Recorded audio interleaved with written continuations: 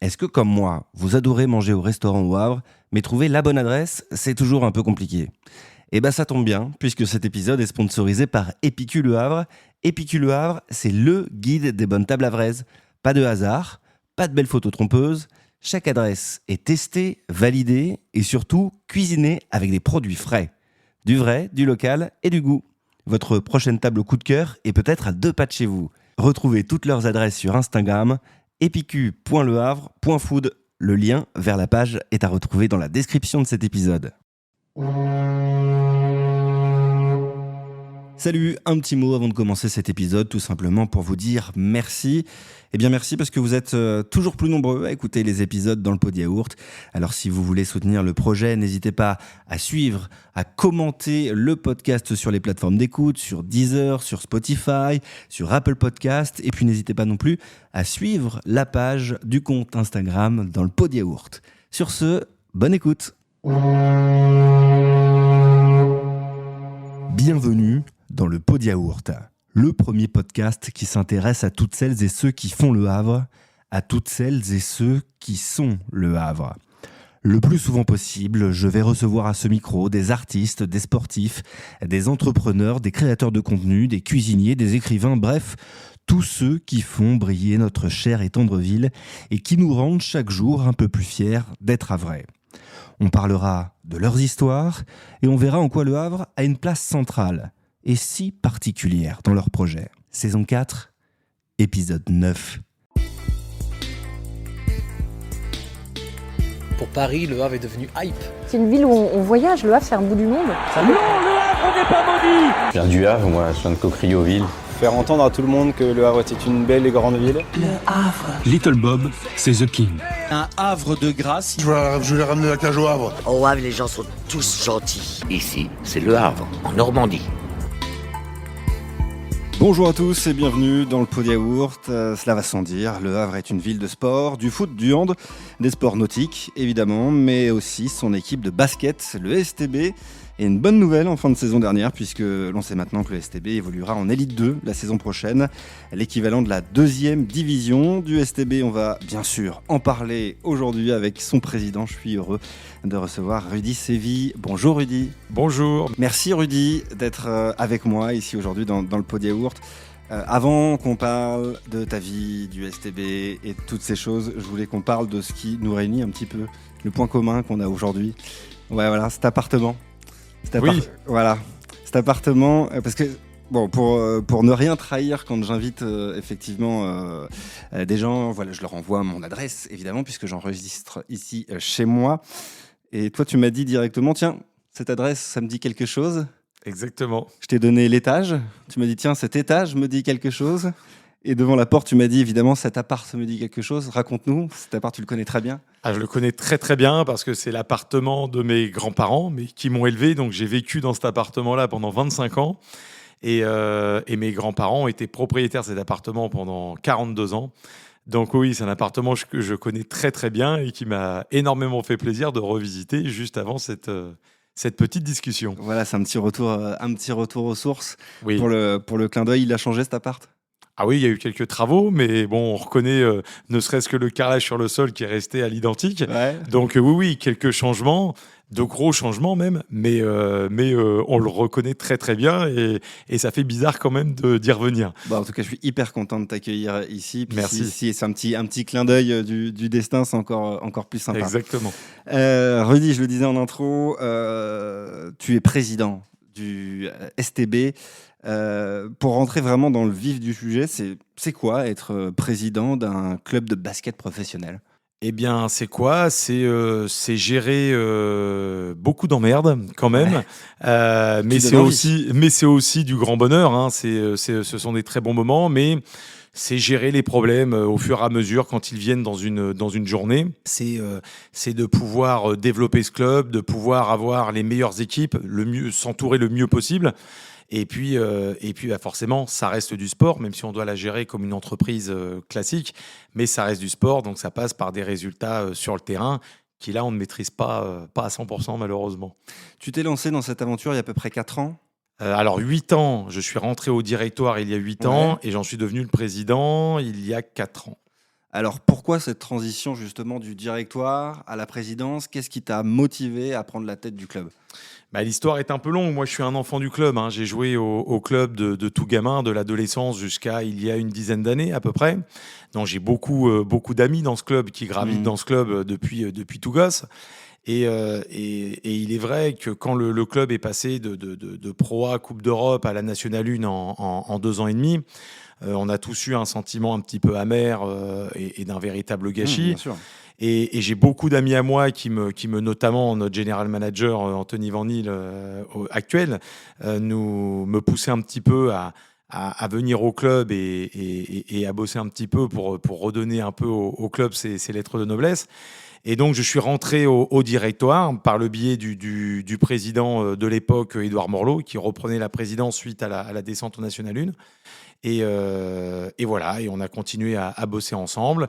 Et au bout de 4 ans, j'en ai repris la présidence. Et puis, on a continué à s'entourer du mieux possible. Toi qui connais bien le club, hein, tu le disais, quand on vient taper à ta porte et qu'on te dit ce serait cool que tu nous rejoignes, au moins dans le directoire pour une première étape, est-ce que tu hésites un peu? Comment tu le prends à Oui, l'époque? alors au début, j'ai hésité parce que c'est quand même une vraie étape, hein, c'est une vraie expérience. Et puis ça si prend on du y temps va, aussi. et si on y va, c'est pour vraiment donner le meilleur de soi et pas faire juste de la représentation. Donc j'en ai parlé effectivement beaucoup avec mon épouse, avec Julia et Xavier Lassi-Alfari, avec qui je travaille, parce que on a un métier quand même à côté. Je travaille au cabinet UPF depuis presque 25 ans. Voilà, j'ai vraiment été un peu aux infos pour les personnes les plus proches de moi, et puis savoir si tout le monde me suivait dans cette aventure. Et puis après, ça n'a pas duré très très longtemps. Puis après, on est parti, quoi. Et après 4 années d'expérience au directoire, la présidence, là est-ce que c'est toi qui y vas? C'est toi qui décides de prendre un peu le lead? Comment ça se passe à ce moment-là? Pour prendre la présidence? Oui, alors ça s'est fait un petit peu de manière naturelle parce que j'ai eu une première saison où effectivement je marchais sur des œufs, je découvrais un petit peu comment ça se passait, j'étudiais plus que je donnais mon avis. Et puis après, j'ai vite un petit peu pris d'ampleur dans le club, en allant chercher beaucoup de chefs d'entreprise qui nous ont rejoints à la tête du club, en allant chercher les ambassadeurs, donc des sportifs de haut niveau qui ont investi dans le club. Et après, ça s'est fait de manière assez naturelle. Édouard Morlot étant un président qui était énormément dans le partage et très très proche de moi, étant beaucoup occupé professionnellement, notamment un petit peu partout en France, m'a naturellement proposé de prendre sa suite, et puis ça s'est fait de manière très très naturelle. Aujourd'hui, donc 4 ans à peu près de présidence. Quand tu arrives, dans quel état d'esprit tu es? Tu veux continuer ce qui a été fait depuis des années, ou imposer un peu ta patte, ou un mix des deux? J'ai voulu vraiment faire un changement parce que le club avait beaucoup l'habitude de vivre sur les subventions publiques et après aller chercher un petit peu de partenariat, alors qu'on sait que ce n'est pas du tout l'avenir, c'est plutôt l'inverse. Donc on a voulu justement développer un très gros pôle de chefs d'entreprise. Le but, c'était justement alors aujourd'hui on a une vingtaine de chefs d'entreprise à la tête du club. Le but, c'est qu'il n'y ait pas un Havrais qui ne connaisse pas une de ces 20 personnes. Ça nous permet de ratisser large. Et aujourd'hui, on le voit bien, hein, sur les chiffres du partenariat, sur les chiffres de l'affluence du public au Doc Océane. On voit bien qu'aujourd'hui, ça marche. Et aujourd'hui, voilà, on a des commissions. Donc, il y a beaucoup de choses qui se font dans le club sans même que je sois au courant, parce que je sais qu'il y a des personnes de confiance à la tête de chaque commission. Et aujourd'hui, ça fonctionne très, très bien comme ça. C'est ça le nerf de la guerre quand tu arrives, toi, c'est d'aller chercher les partenaires, les financements? Oui, c'est ça, parce que, alors oui, beaucoup de gens vont dire quand on n'a pas de l'argent, il faut avoir des idées, mais enfin, même si on a de bonnes idées, sans argent, ça va vite être compliqué quand même. On est dans un club de sport, et quand vous êtes en concurrence avec un autre club, un joueur, il vient pas pour vos beaux yeux, hein. Il vient parce que, alors oui, il y a le projet, il y a le staff médical, il y a les infrastructures, d'accord, pas de souci, mais il y a surtout le salaire, et donc pour ça, il faut de l'argent. Tu cumules ce poste, on peut appeler ça un métier, être président du... Métier non rémunéré, Non, donc c'est métier, ce voilà. poste de bénévole, je serais tenté de dire. C'est pour ça que je te pose la question. Donc ce poste de président, avec ton activité, donc tu es gestionnaire de patrimoine. Oui, tout à fait. Est-ce que cette activité de gestionnaire de patrimoine t'a aidé ou t'aide encore dans ses fonctions de président? Moi, gestionnaire de patrimoine, j'ai démarré il y a 24 ans, donc justement avec Julia et Xavier, et j'ai démarré vraiment en autodidacte complet. Je ne connaissais strictement rien au métier. C'est Julia et Xavier qui m'ont donné ma chance et qui m'ont formé de A à Z. Donc ça m'a aidé dans la gestion de l'humain, de l'entreprise, les relations clients. Et puis ça m'a aidé aussi parce qu'on a développé une clientèle au sein du cabinet de basketteurs professionnels. On a à peu près 250 sportifs de haut niveau clients au cabinet en gestion de patrimoine. Donc forcément, ça donne un relationnel dans le milieu du basket avec les agents, avec d'autres présidents et avec tous ces basketteurs qui font que ça peut aider dans certains cas, oui, tout à fait. Et quelle décision forte, toi, tu as pris en arrivant? Tu disais que voilà, le nerf de la guerre, c'était aussi les partenaires, les financements. Qu'est-ce que tu as voulu mettre en place tout de suite quand tu es arrivé à la présidence du STB? Alors, bien s'entourer, mettre les bonnes personnes aux bons endroits et avoir une relation forte aussi avec les collectivités, avec la mairie, la communauté urbaine, le département, la région, en sachant s'ils allaient me suivre dans mon projet, parce que c'est bien de faire de grandes annonces. On veut retourner tout en haut du basket français, on veut un très gros club de basket au Havre. Mais même si j'ai dit tout à l'heure que les subventions, ce n'est pas l'avenir, mais on reste dépendant de la mairie, pour ne prendre que leur exemple. Parce que si demain la mairie nous dit vous ne jouez plus au Doc Océane et vous jouez à la salle d'entraînement au BCMO, notre système économique il est mort. On peut plus le recevoir, on n'a plus de réceptifs pour recevoir nos partenaires. Donc on doit être beaucoup moins dépendant des subventions, mais on se doit d'être dépendant des collectivités parce qu'on dépend d'eux pour notre projet. Donc voilà, c'est avoir une relation forte avec eux et une relation très très forte avec nos partenaires majeurs et nos partenaires institutionnels. Aujourd'hui, on imagine que ça se passe plutôt bien avec vos partenaires, étant donné qu'il y a un objectif sportif, en tout cas, qui a été atteint. Comment, toi, tu gères la relation avec... tu me disais, il y a plus de 200 partenaires aujourd'hui. Oui, on arrive à quasiment 250 partenaires. Ouais, 200, c'est beaucoup. Et je tiens à dire que la relation est très bonne avec eux, mais pas que pour la montée. On a eu la saison dernière, on a raté la montée de 2 petits points, et on a eu une saison juste avant qui était un petit peu plus compliquée en termes de résultats sportifs. On est habitué à rater les montées de... Oui, mais c'est dur, le sportif, c'est très très dur. On le maîtrise pas du tout, c'est très compliqué. Mais je tiens à dire que ces partenaires nous ont suivis, même dans les mauvais moments. On avait beaucoup d'entreprises qui nous rejoignaient, même si les résultats sportifs étaient un petit peu moins bons. Et l'année dernière, on aurait pu penser qu'en échouant à un panier près, à 2 points près, certains partenaires auraient pu être lassés, fatigués. Et ça n'a pas été le cas. On a eu 40 nouveaux partenaires l'été dernier suite à cette déception sportive. Et on voit bien que les partenaires ne sont pas tenus qu'à un résultat sportif. Ils sont tenus à un spectacle, ils sont tenus à une ambiance, à un réceptif. Ils sont très contents de se retrouver en famille, entre amis, au VIP. Et aujourd'hui, ils s'identifient à l'équipe. On a beaucoup de partenaires aussi qui nous rejoignent pour des déplacements. Et aujourd'hui, c'est vrai que ça fait chaud au cœur de savoir qu'on a 250 entreprises du Havre qui nous suivent, qui nous poussent. Peu importe, je serais tenté de dire, les résultats sportifs. Donc vous organisez des déplacements avec des partenaires sur des matchs à l'extérieur? Ouais, ça nous est déjà arrivé. Et puis la dernière fois, donc, il y a eu un très gros déplacement à Levallois de supporters qui a été fait avec notre transporteur depuis 30 ans, les cars en gare. Ils nous ont mis un car à disposition. Ils ont emmené 80 personnes à Levallois pour pouvoir supporter l'équipe.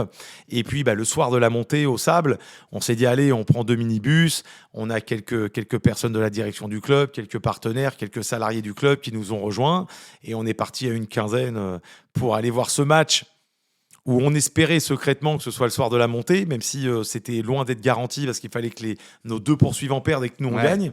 Oui, il y avait un petit concours quand même de circonstances. Et puis finalement, ça a été le bon soir. Donc, on n'a pas regretté de partir à une petite quinzaine pour aller soutenir l'équipe.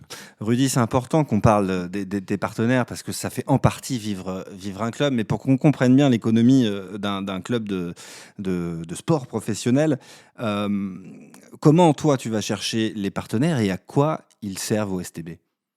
Alors les partenaires, ils servent déjà à faire vivre la salle, Parce qu'il ne faut pas croire que la tribune VIP est une tribune de gens qui ne font pas de bruit ou qui ne crient pas. Soir de match, c'est peut-être eux qui sont les plus véhéments contre les arbitres ou qui font le plus de bruit.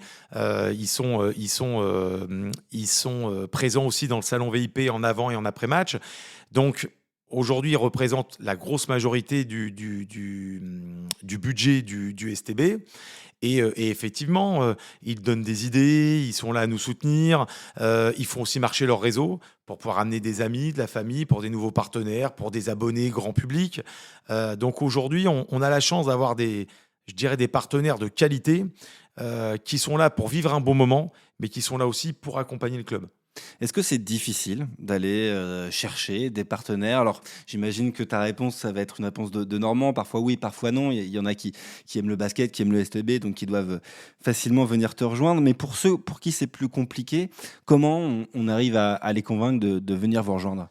Ça dépend des moments, effectivement. C'était très dur d'aller chercher des partenaires dans la mauvaise période entre 2016 et 2018 parce que la salle se vidait, parce que les résultats n'étaient pas bons et que l'équipe de l'époque n'envoyait pas une bonne image extérieure. Aujourd'hui, on a la chance d'avoir beaucoup de partenaires qui nous appellent. Qu'on ne démarche pas, donc c'est une vraie chance. Des gens qui viennent par recommandation. On a aussi une équipe forcément commerciale qui travaille dur, mais on a des gens qui viennent aussi d'eux-mêmes. Et aujourd'hui, alors j'aime pas le mot facile parce que c'est jamais facile. S'il y a quelque chose qui se fait de manière un peu moins compliquée, c'est aussi la source de beaucoup de travail depuis 7-8 ans. Donc en ce moment, on va dire qu'on a la chance d'avoir rendu le STB un peu place to be, mais il faut qu'on y travaille parce que malheureusement les vents contraires peuvent vite se lever et il faut qu'on fasse très attention à ce que cette vague positive elle puisse continuer le plus longtemps possible. Bah, tu le disais, Rudy, ça va mieux au STB, ça va mieux sportivement avec cette montée, ça va mieux financièrement, même en termes d'aura. Effectivement, il y a de plus en plus de monde au dock pour suivre les matchs. Selon toi, quelles sont les clés justement qui ont permis au STB d'en arriver là où il est aujourd'hui? Alors financièrement et en termes de structure, c'est que beaucoup de chefs d'entreprise havrais ont cru en mon discours, ont cru en mon projet, qui m'ont fait semblant de me croire quand je leur mentais en leur disant que ce serait très peu d'investissement personnel et financier. Donc ça, c'est quand même un vrai plus. De très gros chefs d'entreprise havrais nous ont rejoints, nous ont apporté, en plus de leur temps et de leurs finances, leur expertise. Donc ça, c'est déjà très important. Et sportivement, le gros changement, ça a été de nommer un directeur sportif. Ça nous a donné une vraie politique sportive. C'est vrai que malheureusement, je pense que l'erreur qui a été faite il y a 6-7 ans, c'est de mettre un peu le sportif de côté, pensant que de toute façon, au STB, quoi qu'il arrive, le sportif serait toujours bon et qu'on se jette à corps perdu sur la communication et le commercial pour vite rentrer de l'argent. Ça a été une erreur qu'on a corrigée il y a de cela presque 3 ans en nommant un directeur sportif et qui... ça prouve bien que pour l'instant, ça a été le très bon choix. En quoi c'est important d'avoir un directeur sportif et quel est son job? Ce qui est important, c'est qu'il soit bon dans son job, parce que ça, s'il ne l'est pas, malheureusement, pas de directeur sportif ou un qui n'est pas bon, ça ne servira pas à grand-chose. Mais dans notre cas, je crois que le choix paraissait évident. Jean-Manuel Souza, il est arrivé au club en 1991. Il y a tout connu, joueur, coach, directeur sportif, coach et patron du centre de formation. Il a à peu près tout fait au STB. Donc ça me paraissait évident. Il avait une compétence sportive que personne n'a au club. Donc déjà quand il est arrivé, on savait qu'on voudrait changer de coach, donc ça a été déjà de bien choisir le futur coach du STB, celui ou celle du coup qui pourrait nous faire passer ce cap.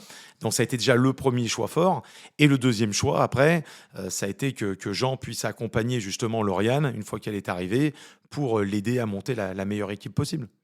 Avec le recul que tu as aujourd'hui, après cette belle saison, on dit souvent que des fois, il faut faire un peu table rase du passé pour reconstruire un peu sur l'avenir.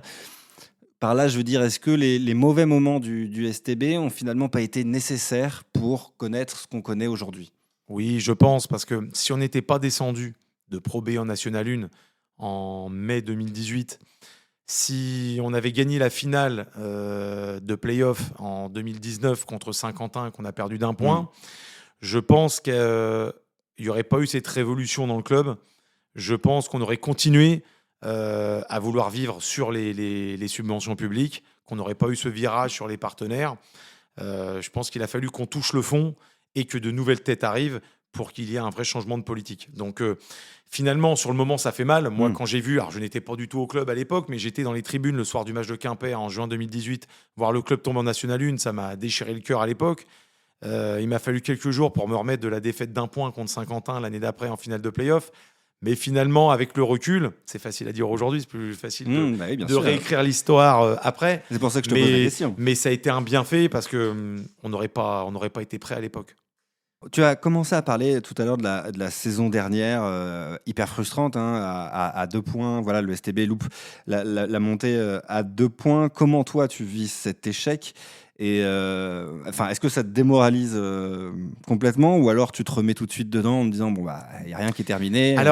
Alors je pense pas que ce soit un échec parce que on a eu une saison très compliquée et de par les compétences du staff médical, du staff technique, coach, assistant coach et directeur sportif, on n'a fait que reculer l'échéance. Il faut rappeler quand même qu'on est parti avec 9 joueurs professionnels et qu'on a eu 4 joueurs blessés pour à minima 6 mois.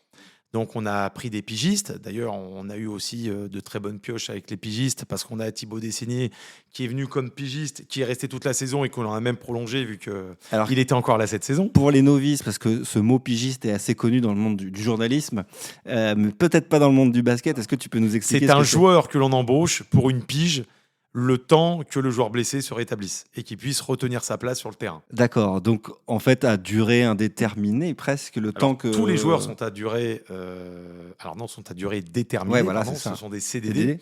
Mais là, c'est aussi un CDD, mais sauf que ça peut être sur 1 mois, 2 mois, 3 mois, 6 mois. Mais ça existe que dans le basket, non ? Je ne sais pas si dans le handball il n'y a pas, faudrait que je pose la question, mais c'est vrai que c'est assez propre au basket, oui, tout à fait.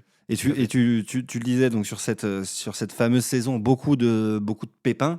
Finalement. Oui, 4 joueurs majeurs qui se blessent pour un minima de 6 mois.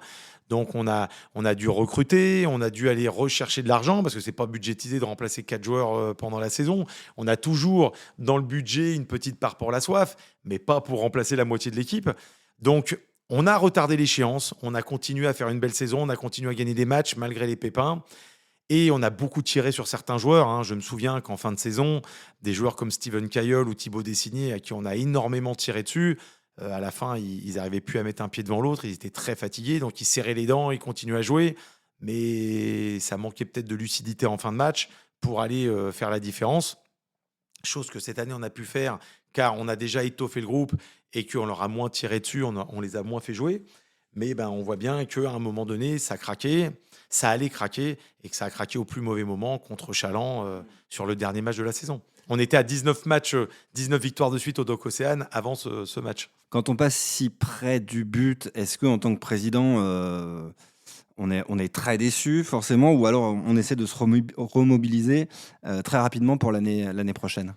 Il y a 2 manières de réagir. On se dit, allez, c'est bon, j'en ai marre, j'envoie tout vous foutre en l'air et je me casse. Est-ce que ça t'a traversé l'esprit ? Alors, 10 secondes. Ça m'est arrivé 2 ou 3 fois sur ces 7 ans de me dire ça. Bon, et j'ai ma femme et quelques très proches du club qui me remettent vite dans le droit chemin. De toute façon, on ne peut pas le faire. Aujourd'hui, on est tellement les 2 mains dans le cambouis dans ce club que de toute façon, on ne peut pas revenir en arrière. Maintenant, on est obligé de foncer tout droit. On a tracé une ligne droite et on est obligé d'aller au bout maintenant, de toute façon. Ce serait quand même un énorme gâchis de tout couper aujourd'hui, avec toute cette équipe que l'on a réussi à monter, etc. Là, aujourd'hui, on a enfin les fruits de nos investissements sur le côté sportif.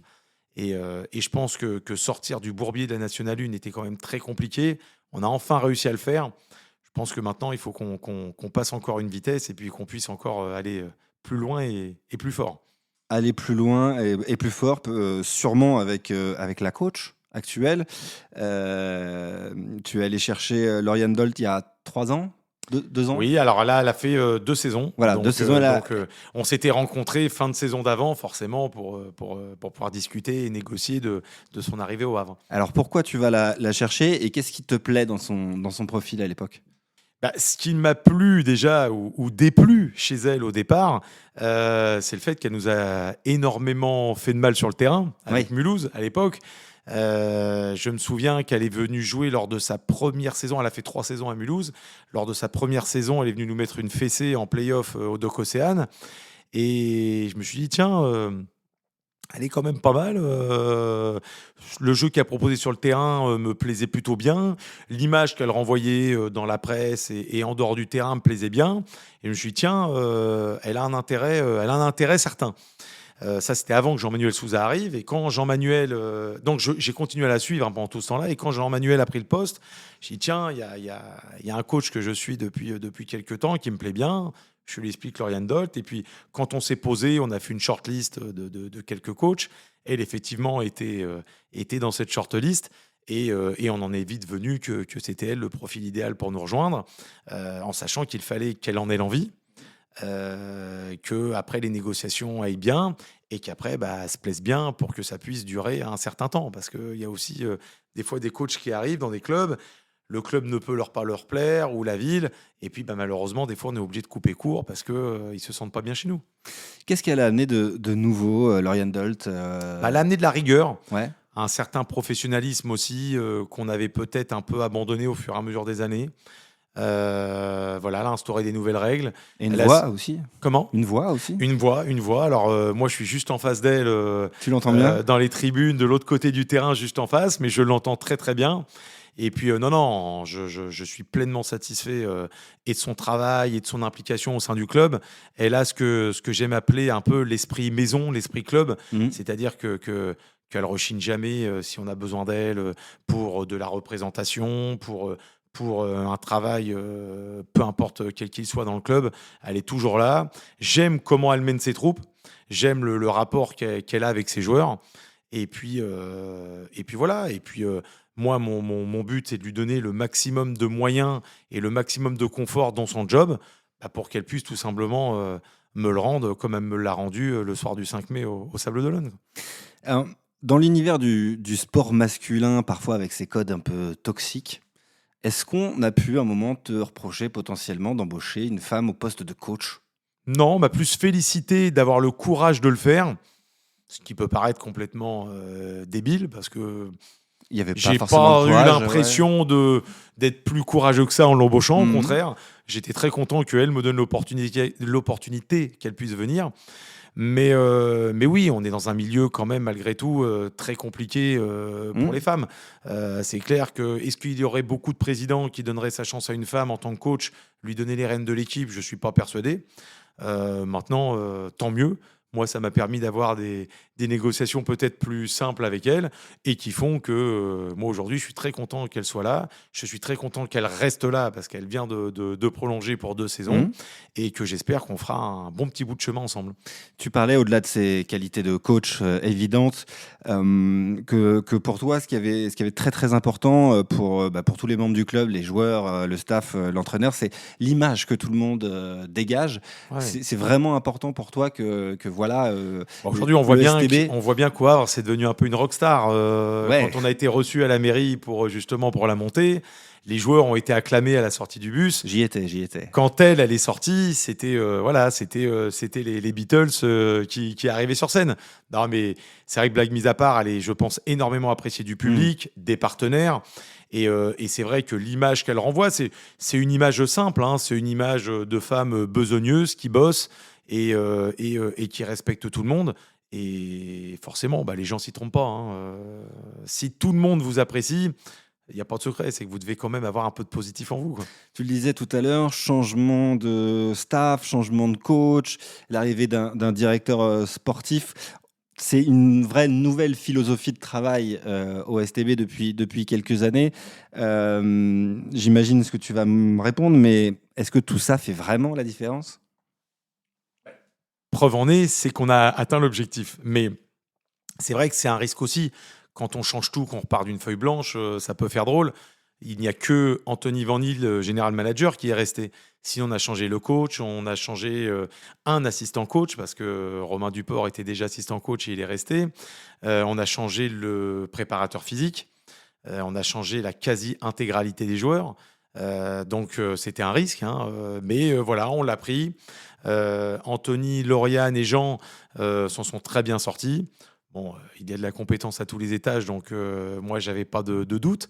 Mais c'est vrai que des fois, quand on se pose, ça peut faire peur de se dire bon, bah, là, il est temps que ça avance parce que pour l'instant, on n'a pas de quoi aller sur le terrain avec ce que l'on a aujourd'hui, quoi. Et puis, tu me dis si je me trompe, mais les marges de manœuvre, en tout cas pour tout changer, sont plutôt faibles pour un président. C'est difficile déjà de changer tous les joueurs. Il y a des contrats. C'est-à-dire que Lauriane, en arrivant, me dit voilà, il y a 3 joueurs sous contrat, j'aimerais bien m'en séparer, mais on ne se sépare pas d'un joueur en lui disant écoute, c'est terminé pour toi, va-t'en. Oui, il a fallu aller chercher de l'argent qui n'était pas non plus budgétisé pour pouvoir s'en séparer, clairement. J'aimerais qu'on parle du 5 mai dernier.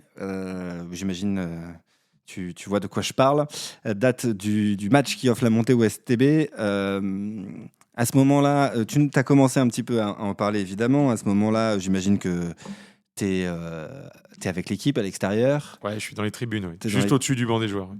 Tu es dans les tribunes. Comment ça se passe pour toi ? La victoire est plutôt large. Oui. À quel moment tu comprends que c'est bon, que c'est terminé, et comment tu le vis ?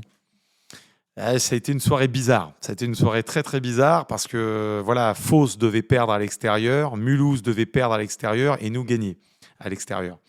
Fos et Mulhouse avaient 2 matchs très compliqués.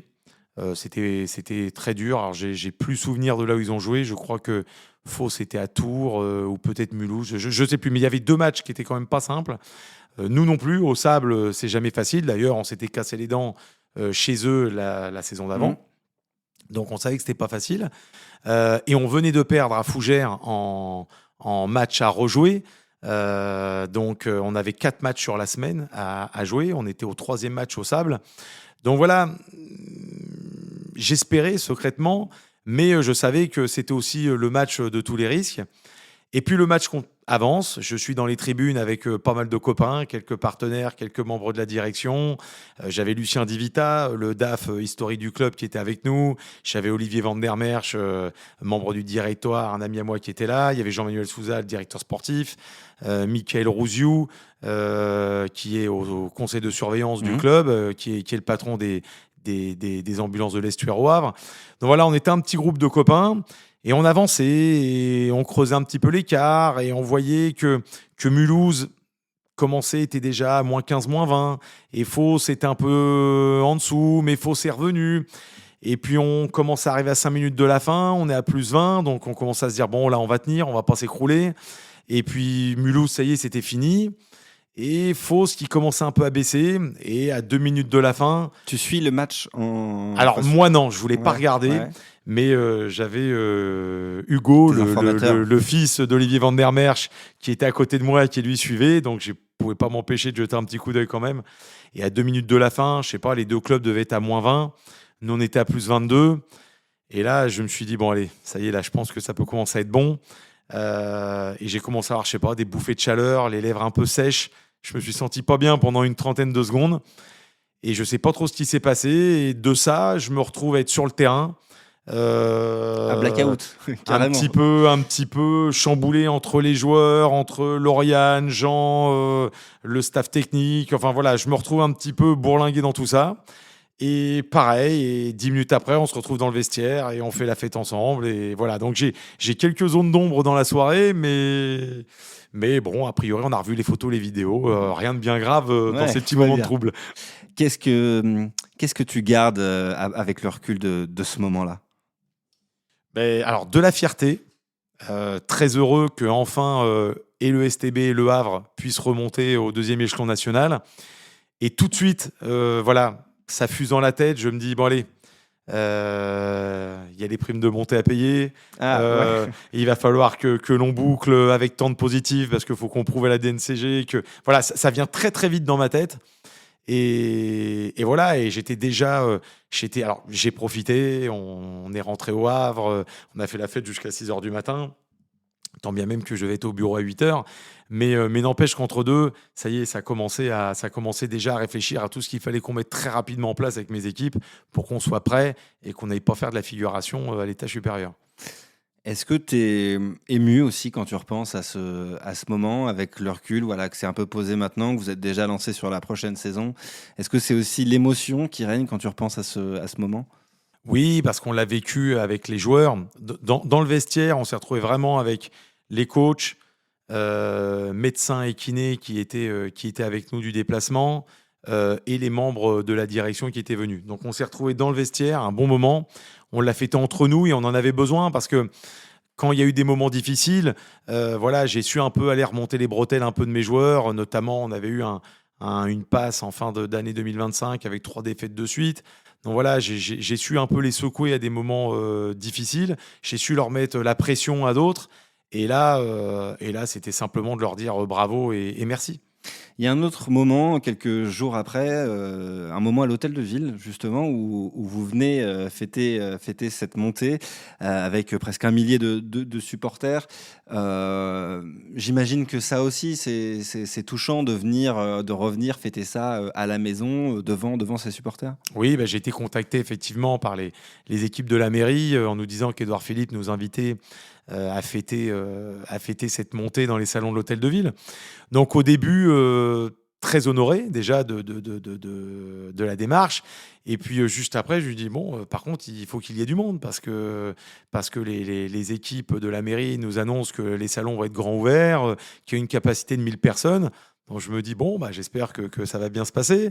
Et puis effectivement, on est dans le bus avec les joueurs et le staff. Et quand on arrive sur le parvis de l'hôtel de ville et qu'on voit cette masse humaine devant les jardins de l'hôtel de ville, on se dit ça va être un très très bon moment et on devrait faire une belle fête. J'ai lu dans la presse que tu avais du mal à réaliser un petit peu ce qui s'était passé. Aujourd'hui, avec le recul, c'est bon, c'est ancré, ça y est, le STB sera bien en Élite 2 la saison prochaine, dans ta tête en tout cas?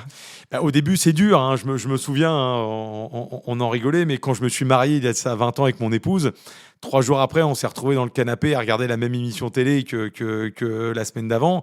Et on se dit, finalement, il n'y a rien qui a changé, finalement. Ouais. Et c'est quand les enfants arrivent après le mariage que ça change. Et là, ça a été un petit peu la même chose. C'est vrai que quand on est revenu au Havre, alors on a fait la fête, etc. Mais techniquement, quand on a joué contre Tarbes, quelques jours après, on joue un match de National 1 et il n'y a rien qui changeait, finalement. Et c'est quand après... on a eu le ticket d'accession pour l'Élite 2 qui est arrivé. Quand on a eu la visite de la Ligue nationale de basket, parce qu'on quitte la Fédération française de basket pour aller à la Ligue nationale de basket, quand eux arrivent pour nous visiter, là, ça y est, ça commence à devenir concret. Et là, on se dit, ça y est, on y est. Et il va falloir encore upgrader un peu nos compétences. Alors, effectivement, le STB, la saison prochaine en Élite 2, tu l'as dit, l'objectif, c'est de stabiliser dans un premier temps le club en Élite 2. Et après? Je suis de nature très ambitieuse. D'accord. Donc, je ne resterai pas droit dans mes bottes si je disais qu'on arrive en Élite 2 juste pour se maintenir pour les 30 prochaines années. Non, là, aujourd'hui, on fixe un objectif de se maintenir. Si on peut le faire le plus rapidement possible dans la saison, ce sera très bien, ça ne sera que du bonus.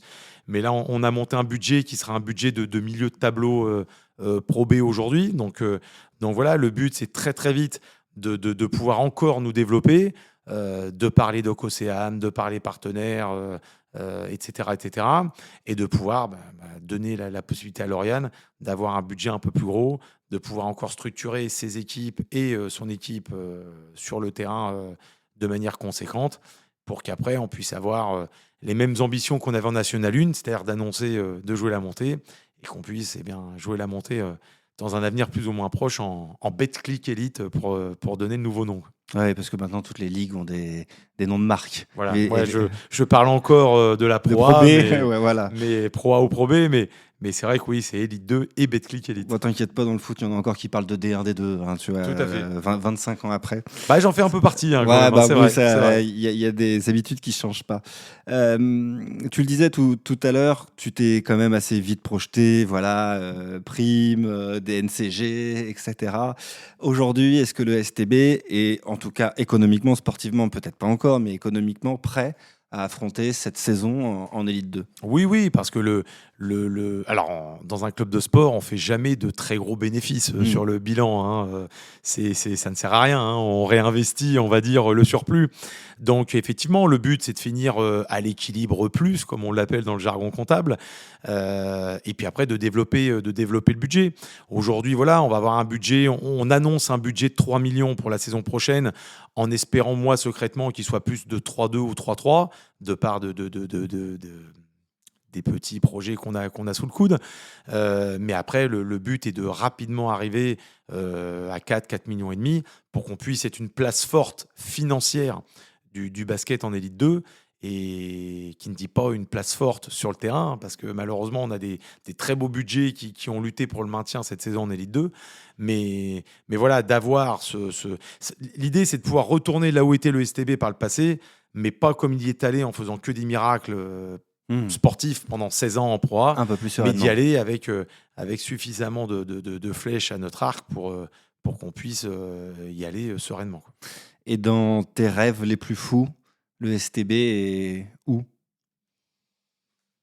J'en sais rien. Au minimum en Pro A, enfin en Pro A. Alors en attention, Betclic, on ne sera jamais Monaco ou Lasvel, parce Ouais. que voilà. Mais moi, secrètement, j'espère revenir en Betclic, et pourquoi pas aller chercher un ticket sur différentes coupes d'Europe qui peuvent être mises au basket. On a la Champions League, on a l'Eurocup.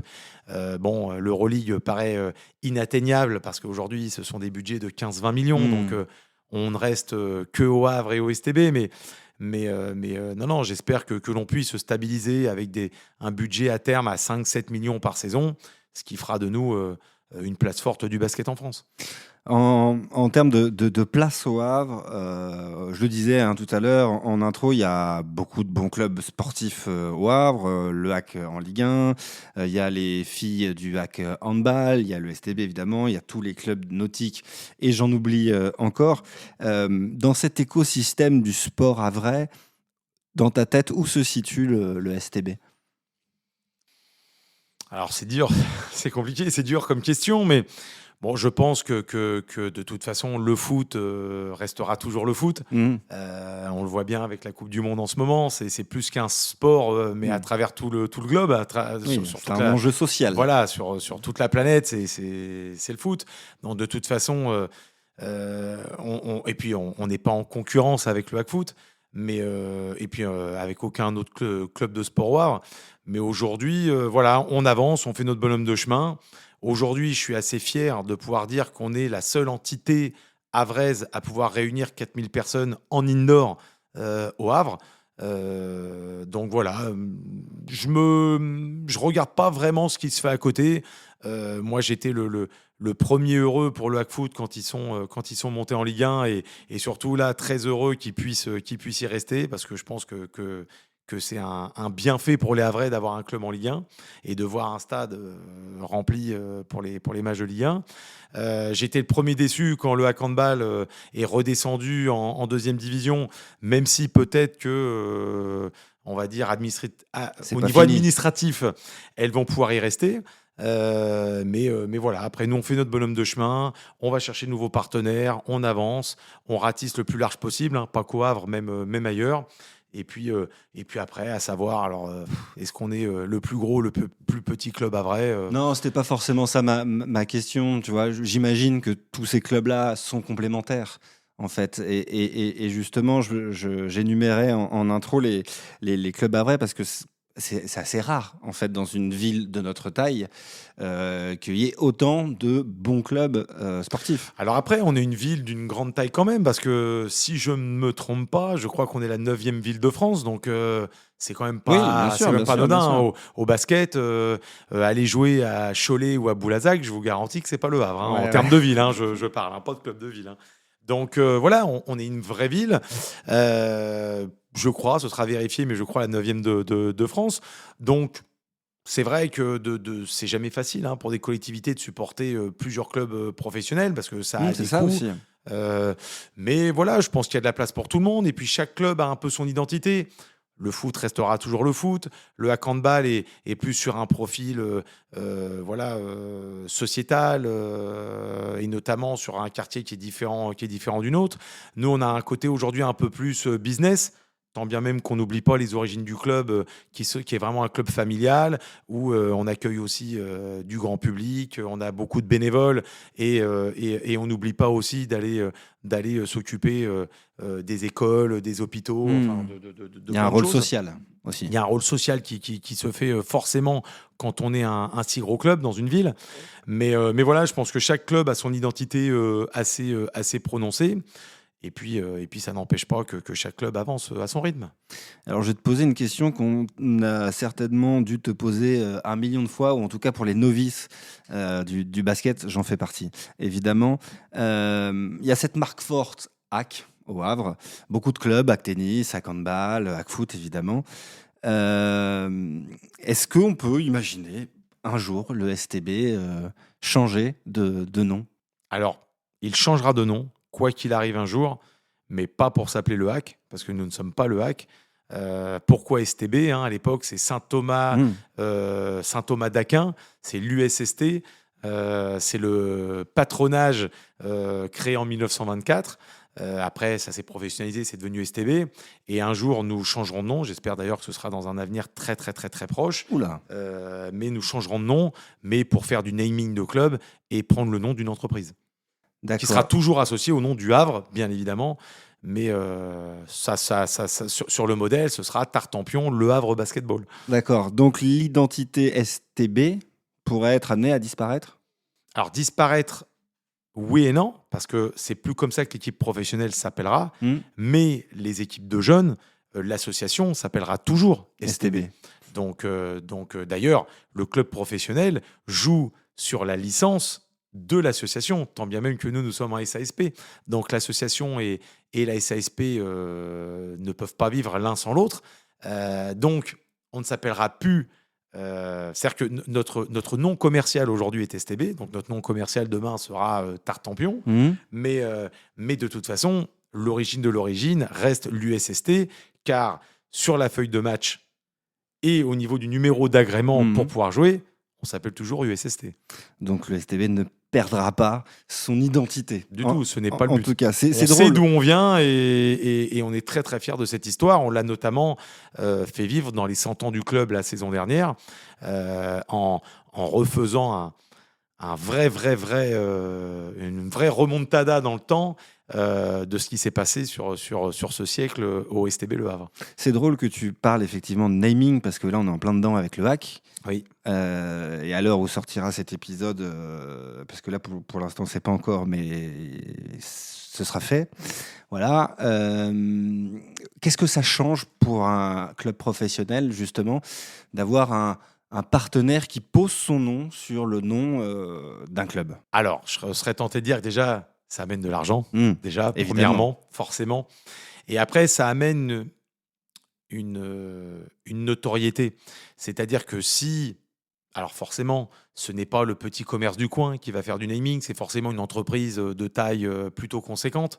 Et si une entreprise de renommée internationale vient poser votre nom sur votre club, c'est que forcément, elle vous fait confiance, elle croit en votre projet, elle croit en l'image que vous renvoyez au niveau de la population, que ce soit alors havraise et même nationale, parce que nous discutons avec des entreprises nationales et internationales. Donc voilà, il y a beaucoup d'autres entreprises qui vont se dire, tiens, si l'entreprise Tartampion y va, c'est qu'il y a peut-être un intérêt, et ils viennent aussi s'intéresser à nous. Donc c'est en plus de la pub un petit peu gratuite, si je puis dire, et qui nous fera et qui nous permettra de nous développer encore plus. Alors, j'imagine que tu y as déjà pensé aussi. Et moi, j'y connais rien, c'est pour ça que je demande ton avis. Il y a l'exemple de Rouen, qui a une salle avec le nom de l'entreprise. Est-ce que le format de Rouen est un exemple pour ce qui pourrait se passer au Havre ? Alors moi, je suis plus sur le côté naming de club, Ouais. car le club nous Ah oui, là, c'est la salle. voilà, C'est ça, ouais. le club nous appartient. Hein. Mm. Je suis avec un pôle d'investisseurs actionnaires majoritaires du club, donc on peut, entre guillemets, faire ce que l'on veut du club. Donc forcément, quand cet esprit m'est venu, j'ai quand même été demander l'avis de monsieur le maire, voir ce qu'il en pensait. Et à partir du moment où nous, on est d'accord avec ça, que la mairie est d'accord avec ça, eh ben pourquoi pas foncer et y aller. Maintenant, sur la salle, c'est différent. Les docks Océane appartiennent forcément aux collectivités. Donc, pourquoi pas, ça pourrait être envisagé un jour. Pour l'instant, je préfère privilégier le nom Le du club. club. La salle pourrait suivre, mais le premier combat plutôt sur la salle, ce serait d'y devenir demain résident, de pouvoir y avoir accès tous les jours. C'est ça aujourd'hui qui me permettrait de plus me développer qu'un naming de salle. Tu parlais d'un naming de club à horizon plutôt proche. Quand est-ce que tu verrais ça? À peu près. Alors, une fourchette. Si ça dépendait de moi, Tout de suite. demain matin. Ouais, voilà. Non, je sais pas. Il y a des discussions, des tractations avec plusieurs entreprises. Moi, j'aimerais bien quelque chose pour la fin d'année 2026. Maintenant, ça ne Donc, dépend très pas que de proche. moi. Et puis, il faut qu'on choisisse bien l'entreprise avec qui on va le faire. Parce qu'aujourd'hui, on a la chance, quelque part, de pouvoir choisir l'entreprise avec qui on va le faire aussi, parce qu'il y en a plusieurs qui s'intéressent au STB. Donc, c'est une chance. On ne se rend pas compte aujourd'hui de la chance que c'est de pouvoir aussi choisir ses partenaires. Et voilà. Et on discute des conditions. On voit, parce que ça irait beaucoup plus loin. On voudrait aussi que cette entreprise prenne le nom de notre centre de formation, de l'académie, de faire une académie Il y a un au vrai club. enjeu. Donc Énorme. voilà, il y a un vrai enjeu sociétal, d'image, de business. Et je pense en toute sincérité que l'entreprise qui tirera le gros lot en faisant ce partenariat avec le STB en tirera un vrai retour. Merci Rudy d'avoir été avec moi. Il y a une dernière question que je pose à tous mes invités. Tu y réponds comme tu veux, Rudy. Cette question est large. Tu peux être court, concis ou alors faire quelque chose d'un peu plus long. Elle est évidemment sur Le Havre. Cette question, pour toi, Rudy, Le Havre, ça représente quoi? Ça représente beaucoup parce que c'est la ville où je suis né. Bon, même si je suis né à Harfleur, mais C'est pas grave. je suis né au Havre. Oui, personne n'est parfait. Non, mais je suis né au Havre. J'ai grandi au Havre. Je me suis marié au Havre. Mes filles sont nées au Havre. Donc non, c'est mon activité professionnelle s'est développée au Havre. Voilà, toute ma famille est au Havre. Donc non, c'est une ville qui est très importante à mes yeux. C'est ici qu'on a notre réseau, notre business, nos familles. Donc voilà, c'est une ville, moi, dont je suis très très fier parce que j'ai connu Le Havre dans les années 80, 90, qui était une ville assez grise, assez glauque. Assez Hein, austère, ouais. pour ceux qui se souviennent, hein, à la place de l'espace Coty, on avait un espèce de Une parking friche. terrain vague à C'était l'époque. c'était ma cantine. Il y avait juste un bâtiment sur ce Ah non, mais je me sur cette souviens friche. très très bien. C'était la cantine de mon école. Bah, en vivant dans cet appartement Ouais, même, ouais. c'était juste en face, donc je me souviens très bien. Donc voilà, la ville a énormément évolué, le front de mer, les différents. Mes filles ont l'habitude de dire qu'une ville n'est pas une vraie ville tant qu'elle n'a pas un Zara dans sa ville. Donc voilà, le Havre a énormément évolué à tout point de vue. Les centres commerciaux, on voit bien, ne serait-ce que la Transat Jacques Vabre, comment elle a évolué. Café L'Or, attention. Oui. Transat Café Or, excusez-moi, c'est comme la D1 ou Bah la oui, Pro A. ça reste, Ça reste. Mais c'est vrai que cet événement a énormément évolué entre le moment où il a été créé au Havre et ce qu'on a pu voir il y a quelques mois en fin d'année 2025. Donc la ville a énormément évolué. Et oui, moi aujourd'hui, je suis très fier d'être havrais. Je suis comme j'ai l'habitude de dire, un Havro-Havrais, parce qu'au Havre, c'est pareil, on a un projet avec que des Havrais à la tête du club. Et on espère que cette bande de Havrais pourra amener le club le plus haut possible. Et puis, forcément, si le club est le plus haut possible, ça jaillira sur la ville. Merci beaucoup, Rudy Séville, Havro-Havrais, donc, Exactement. d'avoir été avec moi dans le Podiaourt. Rudy Séville, président du STB. La saison, ça recommence bientôt. Va sûrement y avoir une campagne d'abonnement. Oui, elle est en cours. Elle Pour est en l'instant, cours. ce sont des réabonnements, donc ce sont que les gens déjà abonnés qui ont le droit. Et maintenant, là, on est en train de l'ouvrir pour les nouveaux abonnés. Et l'équipe reprend le 17 août les tests médicaux et derrière les entraînements pour une reprise du championnat qui doit être aux alentours du 20 septembre, quelque chose comme ça. Eh bien, allez vous abonner, ou vous réabonner dans un premier temps, vous abonner si vous ne l'êtes pas, et puis venir sur les matchs si vous n'avez pas envie de vous abonner. Super ambiance au Dock Océane, évidemment avec une super équipe qui mérite largement le soutien de tout le peuple havrais. Encore une fois, merci beaucoup Rudy Sylvie. Merci à toi. Et on se retrouve très bientôt pour un épisode dans le Pod Yaourt. Au Ciao. revoir.